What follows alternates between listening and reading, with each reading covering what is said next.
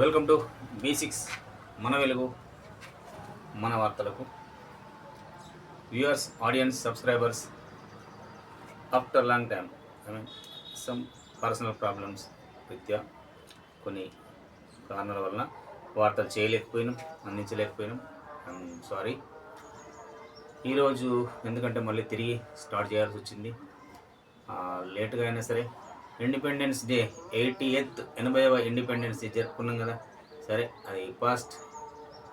కొన్ని సమస్యలు అవన్నీ రేపు బ్రాడ్గా చేద్దాం, అది వేరే విషయం.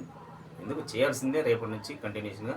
ఈరోజు ఎందుకు మొదలుపెట్టినామంటే కామారెడ్డి జిల్లాలో కామారెడ్డి పట్టణంలో మున్సిపల్ శానిటేషన్ వర్కర్స్, కామారెడ్డి మున్సిపాలిటీలో పనిచేస్తున్నటువంటి శానిటైజేషన్ వర్కర్స్ అంటే ఆ రోడ్లు ఊడవడం, చెత్త ఎత్తడం, మోర్లు తీయడం, ట్రాక్టర్ నడపడం, ఇట్లాంటి వాళ్ళు, డోజర్స్ ఇవన్నీ ఉంటారు కదా.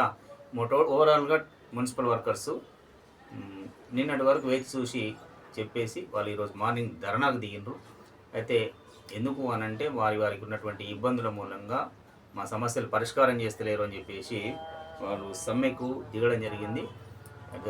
సరైన సందర్భంలో సరైన సమయంలో పాలకవర్గం అంటే మున్సిపల్ పాలకవర్గం అన్ని పార్టీలు కూడా స్పందించి, అట్లనే కమిషనర్ గారు స్పందించి వారి సమస్యలు పరిష్కరిస్తామని చెప్పి వాళ్ళు ఎంత మణిగేసినా కానీ సరే, ఏదున్నా మన దేశంలో చర్చల ద్వారానే పరిష్కారం అవుతుంది కాబట్టి చర్చించి మీకు మీ సమస్యలు పరిష్కరిస్తామని చెప్పేసి చెప్తే వారు హామీ ఇచ్చిన మేరకు కమిషనర్ గారు,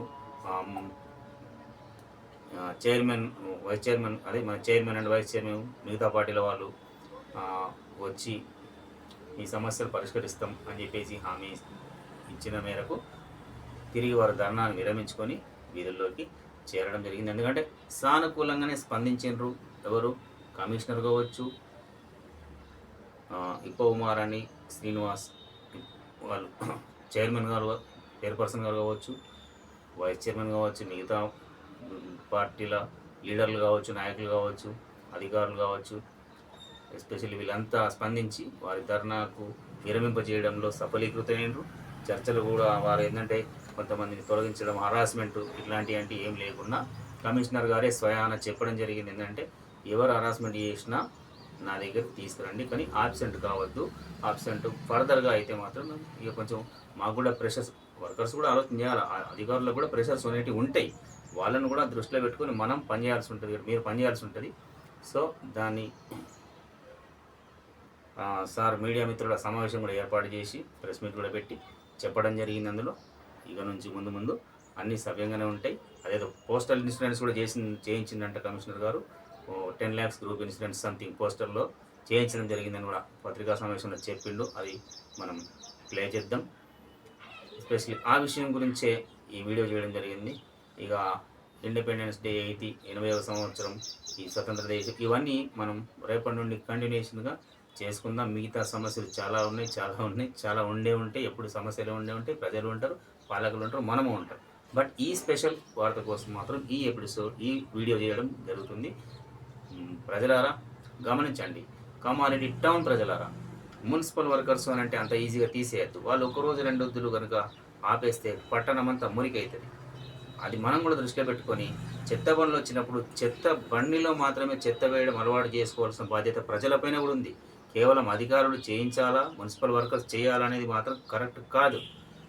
వాళ్ళు 5 గంటలకు 4:30, 5 గంటలకు డ్యూటీ మొదలైతే మనం లేవడానికే ఇబ్బంది పడతారు జనాలు. సరే, కొందరు నైట్ డ్యూటీలు వాళ్ళు అది వేరే విషయం. కానీ జనాలు ఇళ్ళలో ఉండేవారు కొంచెం మనం కూడా వాళ్ళకి కోఆపరేట్ చేయాలి. లేచి చెత్త బండి వచ్చినప్పుడు బండ్లనే వేయాలి. రోడ్ల పనులు చూస్తే అక్కడ ఇక్కడ, పట్టణం ఎవరిదండి? మనది కదా. మన పట్టణాన్ని మన ఇంటిని మాత్రం శుభ్రంగా ఊడ్చుకుంటాం.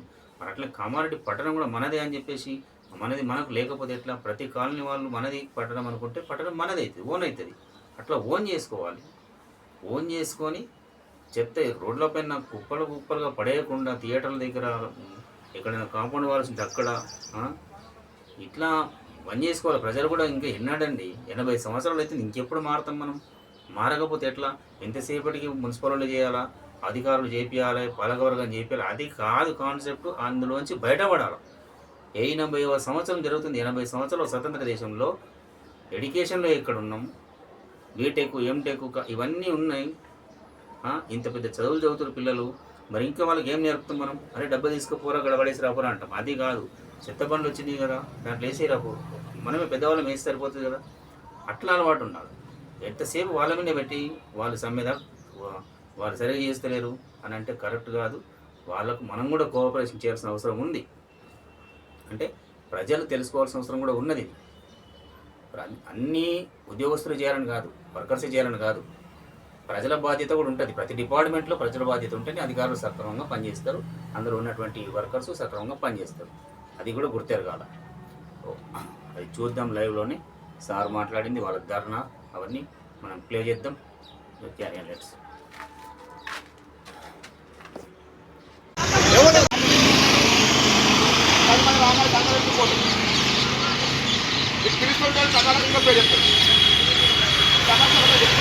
మార్చుకోవాలి.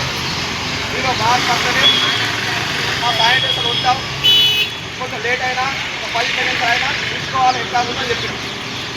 లేదు సరే అన్న చెప్తే వింటలేనా చేస్తలేనా అని చెప్పింది. సరే మార్పున్నది కూడా అనుకున్నాం, అవకాశం ఇవ్వాలి కదా అన్న. కానీ అది ఎక్కడ అక్కడే వాళ్ళు తీసుకోవడానికి పర్మిషన్ కమిషన్ కడగాలి. ఒక్కరోజు కోసము ఎక్కడైనా కమిషన్ కడగాలని లేదు. ఓన్లీ జవాన్కి యాక్షన్ వేస్తే ఇవ్వడం ఇవ్వాలి. మా తెలంగాణ మున్సిపాల్లో ఏదైనా సరే ఇంటిమేషన్ మా నాయకుడి రోజు అడిగినాం కాబట్టి అది కూడా మనకు ఎవరైనా రాకపోతే డిపార్ట్మెంట్ ఉంటే లేకపోతే ఫోన్ చేసి పడిపోతుంది. అది లేకడా లేకడా ఆయన డిపార్ట్మెంట్ కాడా మన బాయిలో మూడు చెప్పడం 2-3 రోజులు తప్పితే పంపించారంటే ఎస్ఐ ద్వారా చెప్పండి. కానీ ఒకటే రోజు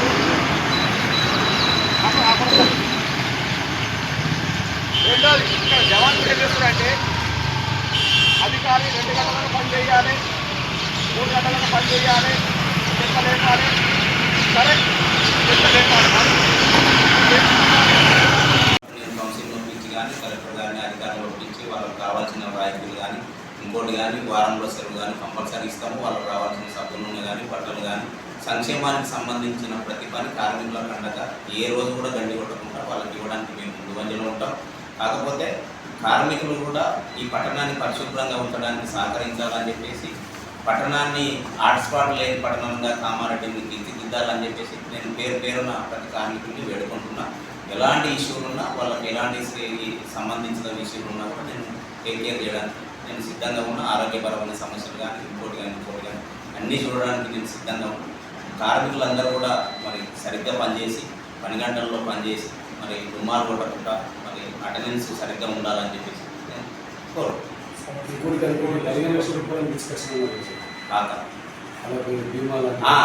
వాళ్ళ ప్రమాద బీమా కింద పోస్టల్ ఇన్సూరెన్స్ ప్రతి కార్మికుడికి 15 లక్షల పోస్టల్ ఇన్సూరెన్స్ కూడా చేయబడుతుంది.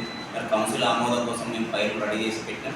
తర్వాత 40 మంది కార్మికులను ఎవరైతే తీసుకోవాలన్నారో అది కూడా మేము ప్రభుత్వానికి నివేదన పంపినాం. అది గవర్నమెంట్లో పెండింగ్ ఉన్నది. గవర్నమెంట్ నుంచి పర్మిషన్ కాగానే అది కూడా తీసుకుంటాం.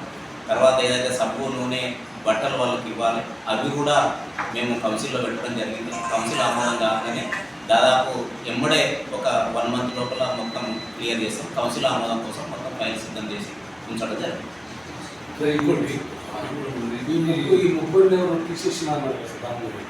వాళ్ళు కార్మికులు ఫ్రీక్వెంట్గా దుమ్మాలు కొడుతూ ఉన్నారు.